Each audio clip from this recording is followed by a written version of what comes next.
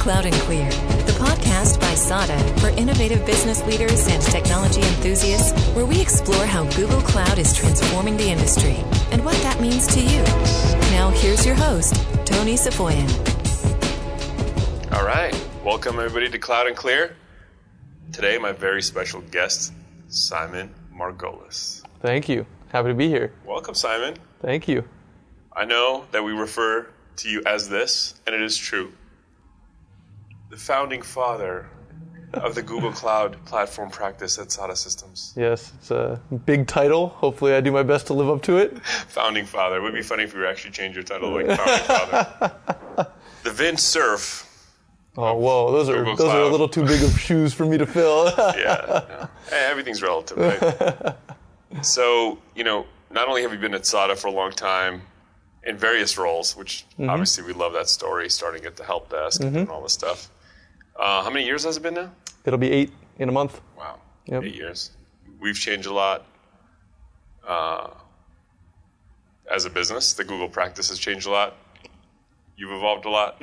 Yep. 8 years is an eternity in terms of, I think, cloud speed. Yeah. So, but I think because of where you started and also just because of how you got into Google Cloud, when you got into Google Cloud, I think you bring to the audience a special perspective. Yeah, I like to think so. I mean, I started, if you recall correctly, I started by saying, why don't we do some type of cloud computing at SADA? Yeah. And this was before Google had a cloud offering. Yeah. And, I'm glad you pushed back and told me to wait and see what Google might do. But yeah, I mean, from the very early days, I realized that people wanted to do this stuff. We had customers that were already interested in cloud technology in general, using G Suite or Google Apps at the time. And so I thought it just made sense. And I mean, look at where we are now. I'm very glad that we were able to kind of take that on and become the sort of force in cloud migrations that we became. That's right. No, and actually, if you go back far enough, we had ambitions to do something like this back into like the early 2000s, when we did take a couple of managed services on-premise customers and moved them to a colo in a data center and surfaced them their applications via terminal server and Citrix. Like, we always kind of I believed that would be a way to scale just application delivery. But we found out certainly back then how difficult and expensive that was. And public cloud certainly wasn't a thing. Virtualization existed. Right. But so we did wait, and then we got super busy with other parts of the Google evolution of their strategy, but also the Microsoft business. We had two back then. But yes, even before GCP and Azure, we did try to either through like Intermedia, one of those hosting companies, we thought we could private label this stuff and deliver it, but nobody quite cracked the code on that at scale. And of course, Amazon was coming up 10 years ago, sort of starting to enter this infrastructure as a service space. We left that alone for a while, but then lo and behold, Google, I guess both Google and Microsoft wake up to the fact that there's a thing, but they both start off very differently than AWS did. Right. They both kind of start first with platform. Right. So the first things we did with Google Cloud was only platform. App Engine. It was just App Engine. Yeah. Yeah, and in my 8 years or whatever it was, 6 years ago, and I was naive enough to think that there's no way anybody would ever need anything other than this. Right. App Engine will solve all of the world's problems for every organization that ever needs to take advantage of one. Yep. Cloud native. Everyone's going to be cloud native. Exactly, just basic. Right. And I think, if I recall correctly, from one of those very early Next conferences, I remember there was maybe 300 of us in an auditorium in UCSF. But they were talking about the fact that maybe we were a little naive at Google by thinking that everything could be solved by just App Engine alone. This is obviously years after we started here. And maybe we need to meet customers where they are. But if you look at what Google was doing, and you look at what a lot of the startups we worked with in the early days were doing, App Engine did meet all their requirements. App Engine was everything. And we still have very sophisticated clients today that are extremely heavily, or make extremely heavy use of App Engine. Yeah. No, I mean, Google has come so far as to, like, from all the way to App Engine, talking about meeting customers where they are, like, down, like, App Engine to Anthos. Right, Jesus, right. Like, you can have a broader short of producing your own servers and hardware that you'd sold to customers, you couldn't come more closer to that vision. And I think that's a great signal to the market about the realization and the maturity of the business at Google and also their vision. So like App Engine Anthos, I think, is a great corollary to Absolutely. Well, it's maturity. important to mention also, I mean, you're making a good point here, but to go deeper on that, it's not just they're meeting clients where they are today by having Anthos, because I think that makes it feel like maybe Google's taking a bit of a back step to meet customers where they are because they're not as advanced as Google. That's not the case at all, though. Yeah. Anthos is actually an extremely sophisticated reimagining of what computing can look like. Yes. This is a brand new platform that Google thinks is going to be such an integral part of the future of computing that they don't even say that you must run it in their environment. They're saying this is the future. We hope you run it in Google's cloud. It's pretty good. Yeah. But run it where you please, because these are the foundations of what the future of computing is going to look like. I mean, the long game is to actually accelerate, create a great degree of comfort and risk mitigation, whether perceived or real, with any customer's huge ambitions to migrate to public cloud eventually, and especially the bigger enterprise customers, not the startups we're talking about. This is directly in their wheelhouse, and it's like, how can we accelerate the on-ramp? Like, how can we shorten the time for the 90% of the data center that's still on-premise in the world to one of the public clouds, hopefully Google's. Like, that's their view. Right. And it's reflective of where the market's going as well, because we are not just seeing startups that are interested in these types of cloud-first technologies. And this is the value, I think, in Anthos also, is there's a bridge now. You can be an established enterprise with your established enterprise investments in IT and still take advantage of the new wave of computing that Google's sort of ushering in by using something like Anthos. So yeah, it does meet you where you are, but it lets you do much more advanced things now. You leverage the so-called sunk costs. You don't have to, it's not throwaway hardware, it's not throwaway code. No, that's super exciting. I never really framed it that way until we're talking, but yeah, App Engine Anthos. So aside from Anthos, I know we're making a big push and a lot of work is being done there, but day to day, there's a lot of conversations outside of that. Your team, your organization, will dive into how that's evolved, but you probably have more you and your team have more conversations with more customers around their journey to GCP than probably just about anyone in the world. Sure. So, like, what are you seeing and hearing? What makes customers choose GCP over other clouds? And a lot of your customers have some level of investment in other clouds. Why don't we start there? I think that's a good place to start. Yeah, no, it is. And that's changed over the last, call it, year or so. It used to be that we'd be in there almost selling Google to people and trying to convince them as to why they should come use Google instead of maybe a workload they have on another cloud or what have you. They're now coming to us and sort of talking to us about, hey, I'm doing this thing. Is there benefit to me doing that on Google? And for new workloads, it's becoming the default. So clients aren't so much saying, can Google do this? They're saying, how do I do this in Google? I want to use Google technology for this. And I think that has a lot to do with the new features that Google's been rolling out, the fact they're not scaring people by thinking they're going to be locked in to anything. So we're seeing a lot of that. But a lot of the things that Google has been attractive for in the past are becoming even more attractive today. And those two big areas are, I'll call it application infrastructure. That includes things like serverless. So that includes Cloud Functions, what Anthos is doing, everything, all the work around Google Kubernetes Engine and all that good stuff. That's one major bucket that we're seeing customers gravitate towards. The other major bucket is in terms of anything data and analytic related. Right. If customers need insights, they think Google.com, right? Sure. The most powerful way to get information that I know of. Yeah. And they think, if Google's such a powerhouse in doing that type of work, of course they'd be able to do great things for my business as well, which they've proven to be true.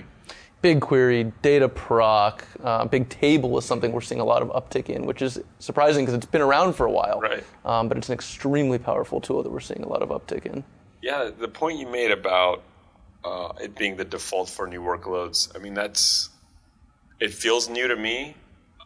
In speaking with customers, like your good friend, our good friend Aaron Brown at Mad Hive, which is a 2-year-old company, roughly, and the way he described it, and when we did this podcast with him as well, it'll come out soon. But it's like, yeah, so we got like some of the smartest engineers that we could find, MIT people, and so on and so forth. And we're like, so what should we build this on? And like, it was basically 100% consensus that they should build like ground up on Google Cloud. It's almost like there's an understanding by the most demanding, critical, experienced engineers and developers and data experts and scientists, etc., that Google's just better. Yep, it's true. This is not only the perception that we're starting to see amongst, to use a term our CTO uses all the time, nerds. And I say that in the most endearing way possible. So does he, yes. But yeah, nerds, I think, have always been pretty clear that Google is technically the most sound cloud. Yeah. And I think in a lot of cases, sort of the perception leads and then the reality sinks in. And in the case of Google, the reality has been that it's been an extremely technical cloud platform almost since day one. Now the perception is matching the reality, and I think the market, especially the customers we interface with, are starting to not just think that, oh, some engineer on my team thinks that Google's a great cloud. They're starting to actually understand that there are tangible benefits that are coming from adoption of the cloud. This is a perfect segue, because one of the things that, in hearing Thomas Kurian talk about the strategy and him assessing the business and the success over the last couple of years, also the barriers to their continued growth and hopefully domination of the space, he realizes that, yes, there's a broad-based acceptance, and he believes, knowing everything he knows, being at Oracle, et cetera. Rob Enslin, I know, yes, it's the best. But what's interesting about the enterprise business, the enterprise software business, is that if you look back far enough, there's been the best technology that's lost a lot. Yep. Just because you're the best doesn't mean that people will just buy and use and consume. And it's almost like not a meritocracy. It's weird. Yeah. In consumer, it tends to be that way, and because Google has traditionally, prior to Google Cloud, a consumer, if you build it, they will come mentality. Which has been true in ads and true at Google.com and true in Maps and true in Gmail. Just been true so many times. They've had this sort of like false premise, 5-6 years ago when Google Cloud was really starting to take off, that, yeah, actually if we have the best Google Cloud platform is the best, enterprises will just use it. Yep. And so you're actually at that intersection where you're having these conversations, and even if they believe it's the best and we know it's the best, there's a bunch of things we have to do right and Google has to do right for customers to actually start using it. Absolutely. And that's precisely the core function of your team. Yeah, absolutely. So how do you go from we know it's the best, we love it, to like, okay, now how do we actually, as a customer, start using it? Yeah, no, that's a great question. That's something I've been thinking about a lot. It goes back to the sort of we believe statement that we came up with when we were forming this practice, which is all around that, and I'll summarize it poorly probably, but the belief is that if you talk to people, you as an organization that are trying to do cool things in general, with or without the cloud platform, if you're working with people that, one, have done this before, two, live in that world and are passionate about that world day in and day out, you're just going to have a better experience and more success in whatever endeavor you're attempting to do when it comes to the technology. And so, the TAM organization, one of the things that we're most focused on is being that trusted advisor to our customers, people who have done this before, both in their personal worlds. I mean, we have TAMs that come from Google customers, come from Amazon customers and Azure customers. And they've simply done this work before, both on the cloud as well as in those sort of third-party peripheral systems that support the cloud, CI/CD tooling, things like that. And it just enables these customers to feel that they can, I almost want to say take a risk, but it's not really a risk, but they can change the way they do things, and that it's okay to change the way they do things because they have not just a hand to hold, but a bit of a safety net to ensure nothing will go dramatically wrong. And it's not just because, hey, trust me, I'm a pro, but no, I've done this before, and I can point to the reasons and places I've done this before. Yeah. I want to dive more deeply into technical account management services, which you essentially created here and are growing like tremendously. But even prior to when TAMs become fully enabled and the success of the customer for their lifetime is precisely driven by our technical account management strategy, let's talk about the first thing. Before we created TAMs, we had cloud engineering. Right, which we still have. And we have it, and it's still part of every sale. That's right. So let's talk about the pre-sales engineering function. Like that actually is the first set of things we need to do to get a customer to sign and to start leveraging the TAM to begin with. And that's where we support them for their lifetime across all their workloads and ambitions, and hopefully they grow forever. But how do you, the first step is like signing a contract and then putting a first workload in. So talk about that. How do you convince a customer who thinks this is the best to sign a contract to not move at least one workload? Yeah. I mean, I credit our CE organization very much for the work they do, the cloud engineering organization for doing the work they do, which is, this is an area, when I get to talk to a customer that hasn't yet adopted Google Cloud Platform, and I get to talk to them about the opportunity to do it, it's one of the things I get the most excited about. I mean, that's something I'm most passionate about, so I think how I ended up in this position, right? I mean, I love doing that type of thing. And so we hire people on our cloud engineering team that are equally passionate about just having the opportunity to share this thing they're very excited about with their customers. So it's one thing that Google makes it easy on us by having such a strong product, but we really have a team here who really loves going into organizations, digging deep into the problems they have, and looking for solutions that can be found using the tool sets that Google provides to us. And I'm emphasizing the passion that our team has because I think that's a very important piece of it. And I think that passion becomes contagious. Like I know that you can't sell something you don't believe in. Right. I mean, it takes a very special type of person to do that. I'm not that person. We are not that organization. If we don't believe it, we can't sell it. If we don't use it, we can't sell it. And we have to believe in it to use it. So, but let's talk about the tactics. Customer wants to do it. What are the reasons? What are the top 2 or 3 reasons that they want to adopt Google, whether or not they have another cloud strategy in place or not? Yeah, so those reasons have changed over the years. I think in the early days of us doing the cloud business, it was a cost savings exercise or optimization exercise. And the benefits from that they existed, but they were minuscule. Today, we're seeing customers moving over for much more impactful reasons. Yeah, on that point, I hate to cut you off because I love it when you get on the flow. But on that point's so important because no enterprise customer, even a mid-sized customer, is going to completely shift cloud strategy for a 5 or 10% savings. It's almost not even part of the conversation anymore. Why would they do it? Right. Doesn't make sense. That was the initial draw. That's not why. Correct. Let's get into why. Yeah, so, and again, it started out with the cost savings. It moved to sort of smaller technical reasons, right? Like, I want to be one of the first people to leverage Kubernetes, but I don't want to be responsible for managing that myself, so let me take advantage of Google, who launches a ridiculous amount of containers all the time. Surely they know what they're doing. Right. And so you have a small technical reason.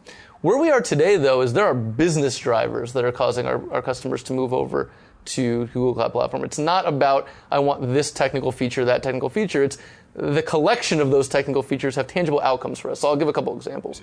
One is when it comes to data analytic workloads.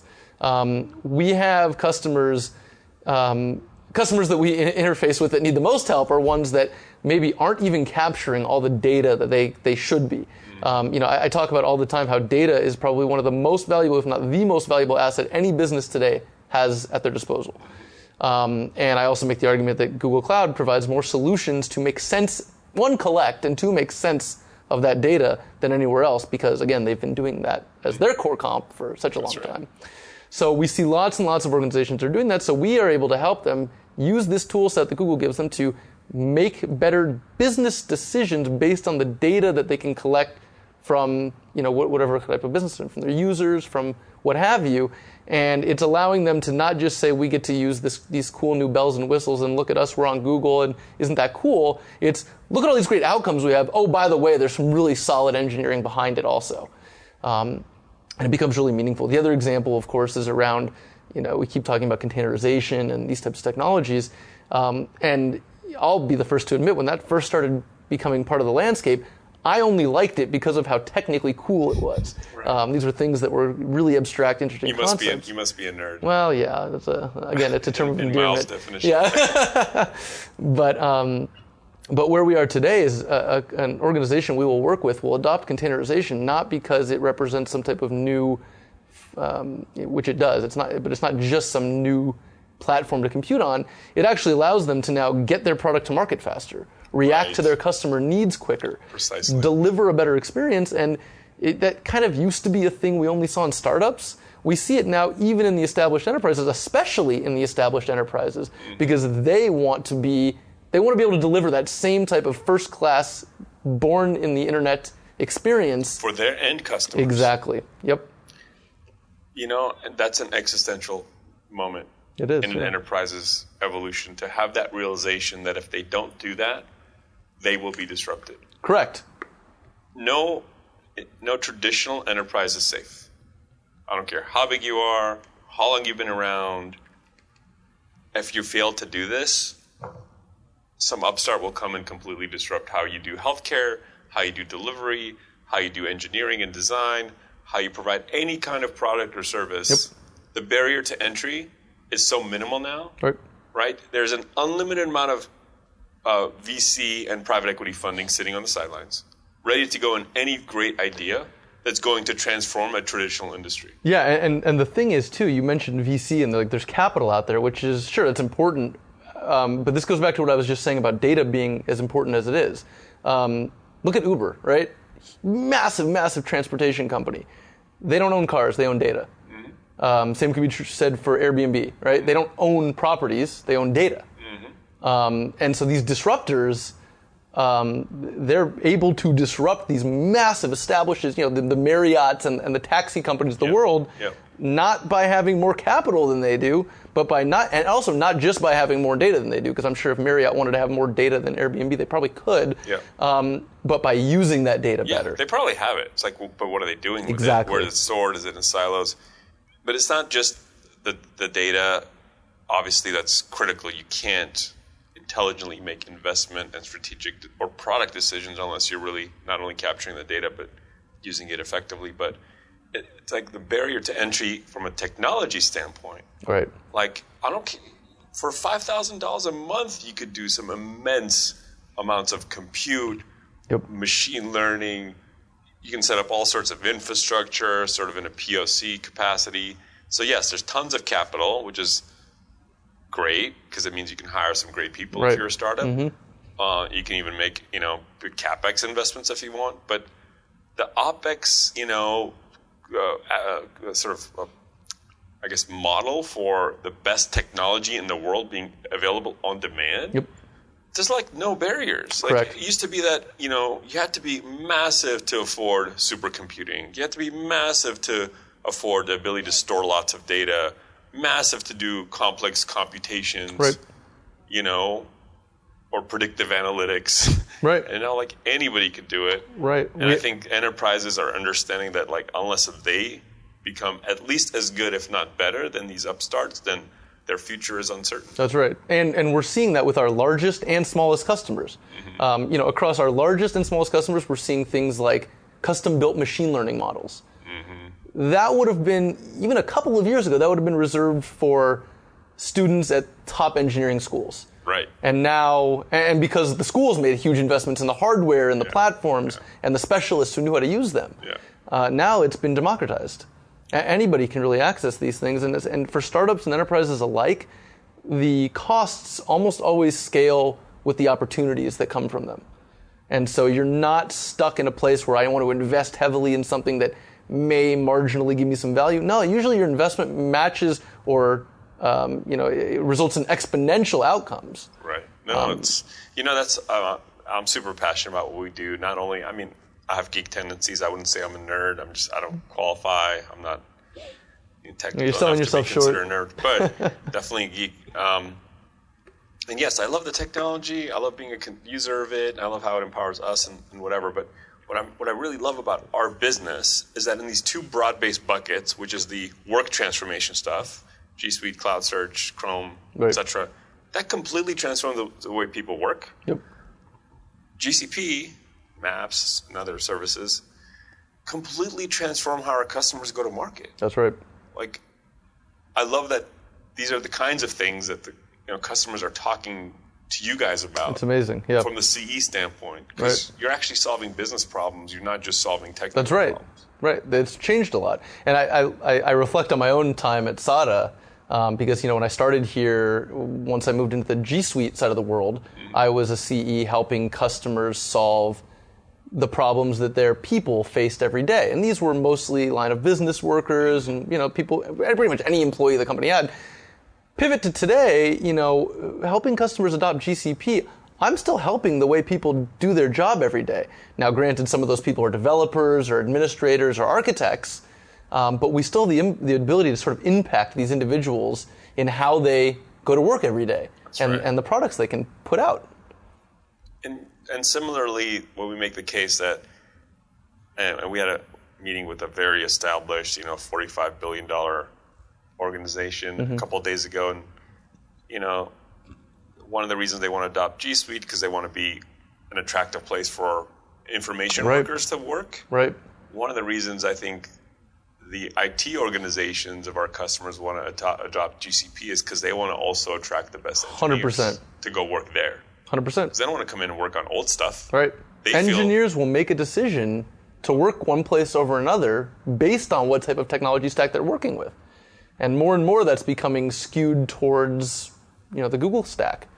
It's something that students in school are having a lot of access to. Yeah. People on their side projects are working in Google's cloud, and when they have the opportunity to do that for a living, a lot of very talented nerds will jump at that opportunity. And I think what's great about our engagement model and business model also with our customers is that we're not global systems integrator. We're not a body shop. We're not an outsourcing shop. Right. Our whole model is actually going in there and not only befriending the IT organization and the engineering organization, but empowering and enabling them. Right. Like, we're going to provide as much services as you need from a, professional services standpoint, delivery standpoint, to enable you and make you super successful. Right. But at some point, like, our success is going to be measured by how much we help you become independent from some standpoint in terms of, like, not always needing SADA engineers to do everything for you. 100%. And I think when engineering teams understand that they actually they embrace our team. It's not like, oh, you're here to migrate a bunch of things and fire a bunch of people, or you're here to take over our job. Like, it's very different. Actually, I love that about our business model too, because we should be the engineering team's best friend. Right, 100%. We want to make people more effective at what they're doing. We want to give them the ability to do better things and more things at the time that they're going to get back from the automation and the help that we're able to give them. That's right. We want to teach them how to be those internal advocates for the next best thing that's coming. Yeah, they can do higher level work. Exactly. We want to enable them to do that. Exactly. Yeah. 100%. It totally reminds me of the early G Suite days when we were having these conversations. Like, the Exchange administrators would be like, they'd be like, what we define them as server huggers. They'd be like, don't take these servers away. That's my job. Right. It's changed a lot. It's changed a lot. Yeah. And now they know we're going in there to actually get them out of the lower level work and make sure Google and our processes and configurations and et cetera, automate so much of those steps so that they're doing higher level work. They're writing code. They're pushing code. They're not worried about all the stuff in the middle. Exactly. And, in many cases, we're not going in there to say, step aside, let us bring you into the new world so that you can figure it out. It's rather, we're going to educate them, first of all, about why any of this matters. Yeah. And then we'll help usher them and let them be the champions internally to build this new culture of, cloud first inside of their existing organizations. Yeah. And that's one of the most rewarding things for our team to work on. So TAM is relatively new, but technical account management, and now MSP, managed services, which we were a launch partner in this new program. Right. Super exciting, first in the world. That has completely, I think, redefined our value proposition to the customer beyond the first step, like Right. beyond the pre-sales engineering, first workload, second workload, et cetera. And yes, of course, like I said, we'll go in there and do as much of the work as they want us to do or as little of the work as they want us to do. We're relatively agnostic when it comes to that. But again, the idea behind technical account management and managed services is that this is a customer for life engagement. Right. And can you talk about how those two things, maybe either combined or separately, completely change the value proposition to our customers? Yeah, I mean, one leads to the other. I think by being that level of trusted advisor and being, I think the word consultant gets thrown around and can get turned into a dirty word, but in this case, truly being a consultant for the customer and helping trusted them. Advisor. Yeah, same. But being that person fosters customers for life. This creates that because, again, it all goes back to the fact that customers want to feel supported. They want to feel that they're not guinea pigs. They're not the first people to do this thing. I think, especially in the IT world, for many years, it's been an environment where you just do the safe thing, and that's not going to get you fired. Right. Maybe won't get you promoted either, but right. You're safe. Right. And I think more and more folks in the IT space, especially amongst our customers, they're willing to take that extra risk, but they're much more willing to do it when they know that somebody's there to catch them. And so that's sort of the logic behind our technical account managers. Is they are, and they act like an extension of their customer. Right. They're almost like another Same employee team. of the customer, Yeah. because their job is to make sure what those customers' needs are taken care of in the best way possible. And in some cases, that means pushing the customer a little bit to try new things and maybe go beyond their area of expertise. But that's why we have them paired with the TAM, because that TAM can make sure that it's safe to do those things and take those risks. I think our numbers show it that, when customers get the experience and get to work with somebody that is, again, passionately interested in their best interests, this creates customers that are loyal to the platform, are loyal to SADA, and genuinely want to continue working with us. They don't feel like it's a strictly contractual relationship. That's right. And in many cases, we end up being friends with our clients. I mean, we talk about non-work related things sometimes. It creates a really, really good cadence. Well, look, what we want most for our customers is for them as a company to drive more revenue, to innovate faster, to outmaneuver their competitors. We want them to win as a company, but companies are just, at the end of the day, collections of people. Right. So the people that choose to bet on Google and to bet on us at SADA, we actually want the best for them in their lives, like Absolutely. in their careers. Absolutely. Well, there's nothing we like more than watching our main points of contact get promoted. Yeah. Which is something that happens a lot. It does. Which is really exciting, because it's not just that, we solved a technical problem or we're helping this business be more successful. It's like, that guy is going to have a way better birthday party this year, and that's exciting. Yeah. No, we love that for our people here at SADA, and we love that for our customers. I think because look, this is not necessarily the safest bet. Like, the safest bet is to do nothing for short term. Right. Like if you love status quo, don't do this. Right.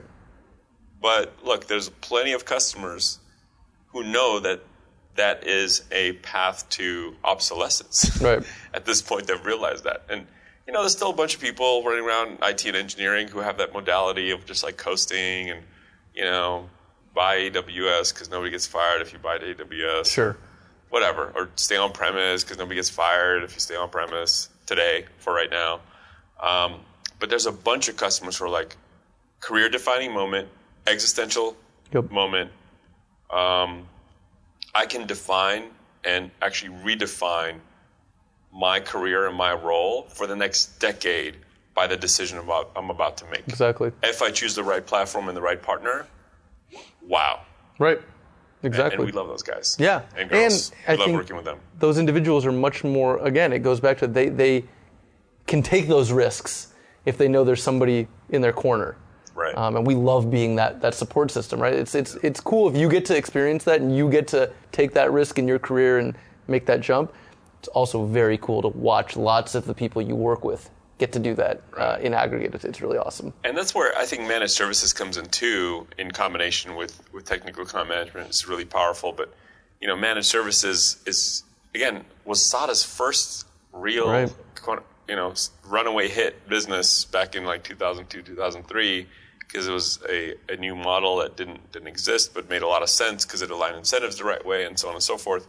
But that is another layer of exceptional support, technical support, sort of escalation, product issues, just wrap around 360 safety net with the customers, over time, significant investment in the platform. Right. They want to know that we're there. And I think MSP defines that really, really well, that we are there. Not only is Google there, but we are there jointly. We can escalate maybe even better than customers can on their own by virtue of that alignment that we have with Google. And if you're going to make a career-defining move, you want to make sure you have 100% managed services, that you have a technical account manager, assigned. And, it's redefined. Like for a while, we're like, oh, we're moving these servers. Like we used to charge, managed services for these on-premise servers, and now they're moving. And what does that mean? Actually, just because infrastructure is in the cloud doesn't mean it no longer needs to be managed. Right. 100%. It still needs to be managed. Even more so in some cases. Yeah. I think this is a really exciting time to be in this space, especially in the managed services space. And you've seen this twice now. You saw sort of the invention of managed services. And I think we're at a point now where we're changing what managed services means. That's right. Because I think, in the early days of SADA, right, we were responsible for things that today we would think of as basic. Right. Is this server on? Right. Am I backed up? Am I doing these types of things? Yeah. And then, yes, when the cloud providers started moving in, the public cloud providers started moving in, a lot of those things sort of moved to obsolescence. You're not responsible for backups and things like that because your cloud provider handles that. But there's a new wave of things that need to be managed. And especially when we move into the world of things like serverless and even to a certain extent Anthos and Kubernetes and that whole suite, it's not enough to simply say that, the cloud platform is going to handle it. No. It's it's sort of a shared model. Both parties need to participate. What's exciting for us is that we get to, at least we're getting to right now, reinvent what that looks like in this world. And what we're finding is that there's a great ability to help customers automate so much of what otherwise would have required human beings. Mm-hmm. And so I'm finding that the role of the MSP in today's world is to continuously push what we can do and what we can build to allow less human touch in the event of an emergency, right? Less, and therefore less emergencies. That's right. But also, one of the cornerstones of managed services in the on-premise world was being proactive. That's right. Right. It's not like, if it breaks, we'll fix it. That's a managed service. No, it's like, how do you prevent it from breaking in the first place? So all this sophistication and very advanced infrastructure, architecture, configuration still needs to be monitored, 100%. Ideally proactively, right? There's service level elements, there's key indicators you want to track. Stackdriver and other things can help customers do that, because you do want to capture not service failure when it happens, but service degradation as it's happening.